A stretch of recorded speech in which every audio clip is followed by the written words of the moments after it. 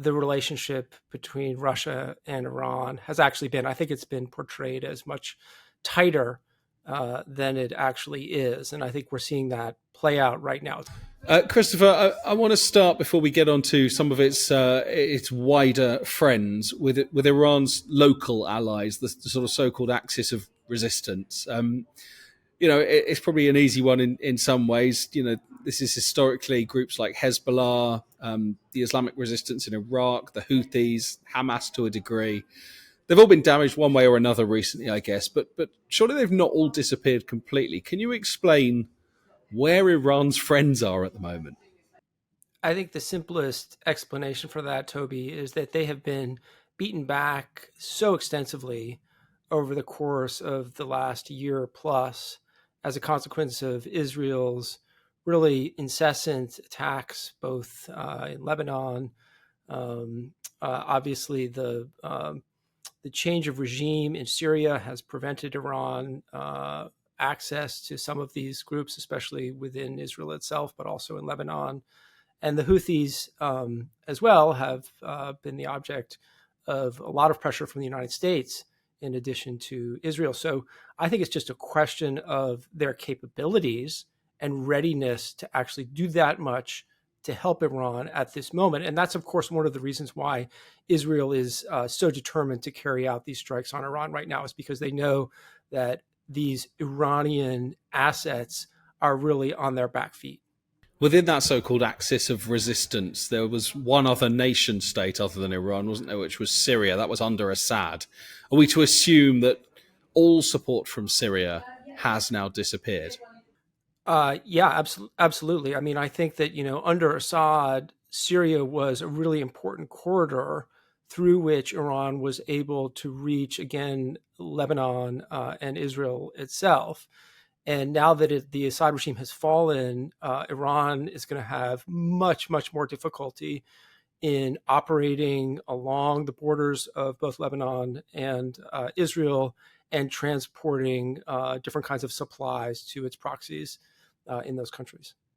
Let's move on to the CRINCS group, as they get called: China, Russia, North Korea, who are supposedly international allies of Iran. I want to take them one by one. Russia's response to Israel's assault on Iran was to call it alarming and dangerous, yet they appear to be steering clear of sort of getting involved, of defending Iran. In fact, they've even talked about mediation. Why are they deserting their friend? Well, I've been a skeptic of how close the relationship between Russia and Iran has actually been. I think it's been portrayed as much tighter than it actually is. And I think we're seeing that play out right now. It's not to say that there's nothing there, of course. There certainly is a relationship. But from Russia's perspective, if you think about it, the status quo of a week ago was actually working pretty well for Russia. Iran was under sanctions, and this was pushing Iran into Russia's arms and encouraging them to do things like help Russia with its war on Ukraine. And at the same time, it was also the sanctions that we had on Iran were also driving up the price of oil, which is very important to Russia's war machine. The higher the price of oil, the easier it is for Russia to foot the bill for its war on Ukraine. So the situation was pretty good. But now they're posed with a situation which is much more difficult and uncertain for them and carries with it a number of different risks. What are they? The biggest risk from Russia's perspective right now is obviously that Iran is completely overthrown, that there is a change of regime, and it entirely loses its partner. That doesn't seem very likely, though. I doubt that Moscow is especially worried about that outcome, although certainly a lot of chaos could come of this, and we should probably talk about that. The problem from the Kremlin's perspective is that they have been trying to romance President Trump. And if they step in too strongly on Iran's side in this conflict, they could cut off the chances of any kind of accommodation that they might hope for out of President Trump, either over Ukraine or potentially in a broader scenario where they attempt to normalize their whole relationship with the United States and Europe. And that's just frankly a more important issue for them than Iran itself. Does this also, does it have the convenience factor that global attention appears to have been taken entirely away from its war in Ukraine? And the longer this goes on, almost the more they can really rain down on Ukraine without anyone talking about it. Oh, there's no question about it. And I mean, we've seen this, over the course of the last year and a half, as Israel has conducted operations around the region. They have tried to use that, and they've used it to some effect to draw attention away from what they are doing to Ukraine and to create sort of parallels and equivalencies between what they are doing in Ukraine and what Israel is doing, especially in Gaza, and to telegraph to the world that, at least in their view, in their narrative of events, that what they're doing is really no different from what Israel, with the support of the United States, is doing to Gaza and now potentially to Iran. And of course, this offer to mediate, I guess they could propagandize, if there is such a word, that in two ways, couldn't they? They make themselves look like a key player in the Middle East and as a peacemaker, despite its actions in Ukraine. But also they can go to Iran and go, look what we've managed to get for you. Look how good a friend we actually are, even though right now they look like they're deserting them. I think that's exactly right. I mean, I think that any help that they can provide to Iran, even if it's only to get the strikes to stop and avert the potential for a larger invasion of Iran, would probably be a good thing from Tehran's perspective at this point, especially if it allows Iran to maintain some semblance of a nuclear program, which is something that Russia has been involved in discussions of for many years now. Obviously, Russia was a signatory to the Iran nuclear agreement that President Trump ended back in 2018. They have offered again to keep highly enriched uranium for Iran, something that was potentially of interest to Iran. So there are a lot of different things that they could do here. The big problem is, of course, that for most countries in the world, Russia, at least most Western countries, Russia is a total pariah. And the idea that they would negotiate while still attacking Ukraine seems very, very far-fetched. Maybe not the same for China, a different story there, but for Russia, seems pretty far-fetched. And it's China that I wanted to move on to. It's got a sort of history of I don't know whether I'd go as far as friendship with Iran, but certainly warm relations, helped broker the normalization of Iran's relations with Saudi Arabia historically. Presumably it is in its interests that, the region around Iran is kept safe, if only for the shipping lanes, I would have thought. What are they doing to ensure that happens at the moment? Absolutely right. I mean, from China's perspective, access not just to Iran's energy, but also just more broadly to the energy from the whole region is really, really important. More important potentially than for almost any other country in the world, certainly than for any other great power. So this is something that's really very much on the minds, I would imagine, of leaders in Beijing.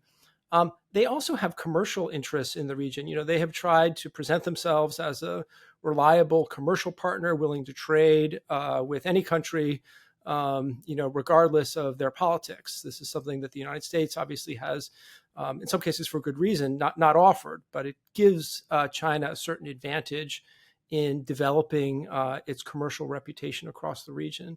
And then in addition to that, as you point out, they've tried to build on those energy and commercial ties to try to present themselves as a political leader, a country that can really act as a neutral intermediary, help to resolve conflicts, stand up for world peace. And these are exactly the messages that we hear coming out of, for example, President Xi over the course of the last few days when he talks about the situation between Israel and Iran. Given Iran's influence then over the waters around that region, wouldn't China be determinedly fighting Iran's corner to ensure that influence is kept there? I think, what depends on what is meant by fighting. I mean, if you want to go, into scary alternative scenarios, I mean, certainly China could potentially, provide Iran with certain types of weapons assistance, perhaps along the lines of what they've done to Russia. The two cases are not absolutely analogous, but you can imagine that they could dream up ways to try to support the regime in Tehran covertly, as they have done for the Russians in Ukraine. If they were extremely aggressive, they could try to do things like interfere with U.S. military operations or potentially threaten American forces somewhere else in the world. I mean, I don't think they're going to do that, to be clear. But those are sort of bigger scale scenarios that would theoretically be options for them. But I think the costs of taking those kinds of steps are going to be judged as just too high, and that Beijing is going to prefer, certainly in the near term, to take this position of lofty diplomacy, try to point the finger at the United States and at Israel, and proclaim to the world that China is really the only great power that really cares about world peace and stability. We, there is one final member of this group, North Korea, usually much more secretive, and we know how big a role they have played in Russia's fight in Ukraine, and in terms of the troops that they provided. From the point of view of Iran right now, though, they seem to be, conspicuous by their absence. What can you tell us about what North Korea would be thinking right now? Well, these are very shadowy relationship between Iran and North Korea. We don't really know a lot about it, but I think it's fair to say that of the different relationships in this entente of China, Russia, Iran, and North Korea, it's the relationship between Iran and North Korea that is the weakest and the least significant by far. Historically, there's been some transfers of weapons of a limited amount, at least that I'm aware of, between North Korea and Iran, but it's not very extensive. They're very, very far apart. North Korea is cash strapped, heavily sanctioned. It doesn't really have a whole lot that it can offer to Iran. So I would be surprised again if in the near term if there were much activity there. I want to talk a little bit more generally about this group. You co-wrote a paper entitled Cooperation Between China, Iran, North Korea and Russia, Current and Potential Future Threats to America. And it essentially suggested, that they are not a coherent bloc and that they actually pose threats sort of independently of one another. If I take you back a week prior to this crisis in Iran, what made you come to that conclusion? Well, there were a couple of things. I mean, I think the thing that had me concerned is that here in Washington, there was a tendency to group these countries together in order to increase, and you could even say in some cases exaggerate, the stakes of America's problems with any one of these nations. In other words, to say, as we're hearing people now say, well, attacking Iran will be fighting back against China and Russia and North Korea all at the same time.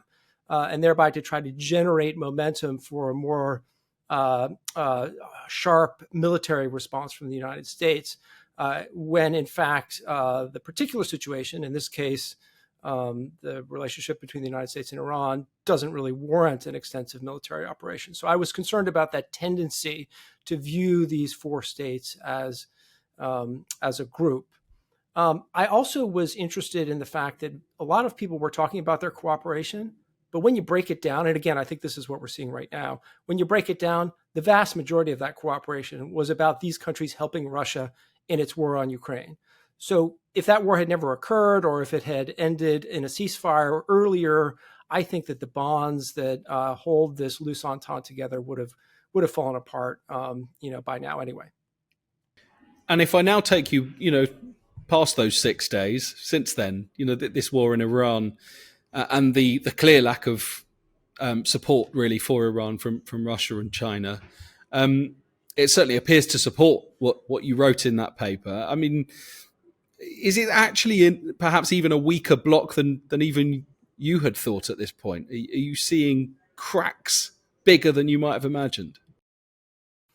I think the countries of this entente are largely behaving as I would have predicted, as we've been discussing, making rhetorical statements in favor of Iran, trying to use the issue to posture and bolster their own legitimacy, and as you noted, distract from their own the own problems that they're creating, especially Russia's problems in Ukraine. The only situation in which I could imagine this getting this changing is if, God forbid, the United States were to get dragged into some kind of a ground war in Iran, the same way that Russia is involved in Ukraine. Under those circumstances, I could see certainly Russia and maybe even China attempting to create problems for the United States and Iran. I think that Russia in particular would love nothing more than to see the United States repeat the mistakes of the Iraq War. In this case, it would, of course, be on an even larger scale. But I think that Russia would view that as quite beneficial. Perhaps given your answer there, then I asked slightly the wrong question. Perhaps the question is this the moment that those four nations actually realize that they can't rely on one another as much as they might have hoped? Or do you think really they maybe all expected this, that when push came to shove, they're all in it for themselves? That's exactly what I think. I mean, I think that, America, our European allies, we have challenges in our own alliance right now, but nevertheless, the alliance is deep. It has deep historical ballast to it. The processes, institutionalization of relationships is all extraordinarily extensive. There's absolutely nothing like that when you're talking about the relations between these countries. These are four countries, all of which are autocratic. They have different types of regimes, but they're all autocratic. I seriously doubt that the leaders of these countries trust each other. They know better. They know what it's like to be an autocrat, and they know that the autocrats are going to do whatever it takes to stay in power. And that's not going to mean making major sacrifices for each other of the kind that the United States and its allies have proven throughout history to be willing to make. So just to conclude then, I mean, the people listening back at home have heard over the last 2 or 3 years with us and with, let's be honest, pretty much all mainstream media has covered this block, and perhaps haven't necessarily had the depth of understanding that you've so clearly put out for us today. So we appreciate that. But I wonder whether in the West, perhaps we're really learning a lesson at the moment, and are they less of a threat to the West as a combination than perhaps they have been portrayed? I mean, I think that in the near term, that the threat has been exaggerated. I don't think it means that there is no threat out there. I think the last thing that we would want to see is to see a more serious kind of cooperation emerge between these four powers. The thing that really concerns me would be something that we call opportunistic coordination. This would be a situation in which, for example, on account of the war in Iran, say that this conflict deepens, Russia or China decides to take advantage of the fact that large numbers of U.S. forces are occupied in the Middle East to try to do things that it's been wanting to do for a long time. In Russia's case, potentially threaten the Baltic states. In China's case, this would most likely mean more military pressure on Taiwan. Now, that's not exactly cooperation, but it is coordination that would be extremely stressful for the American military, probably stretch it beyond its potential.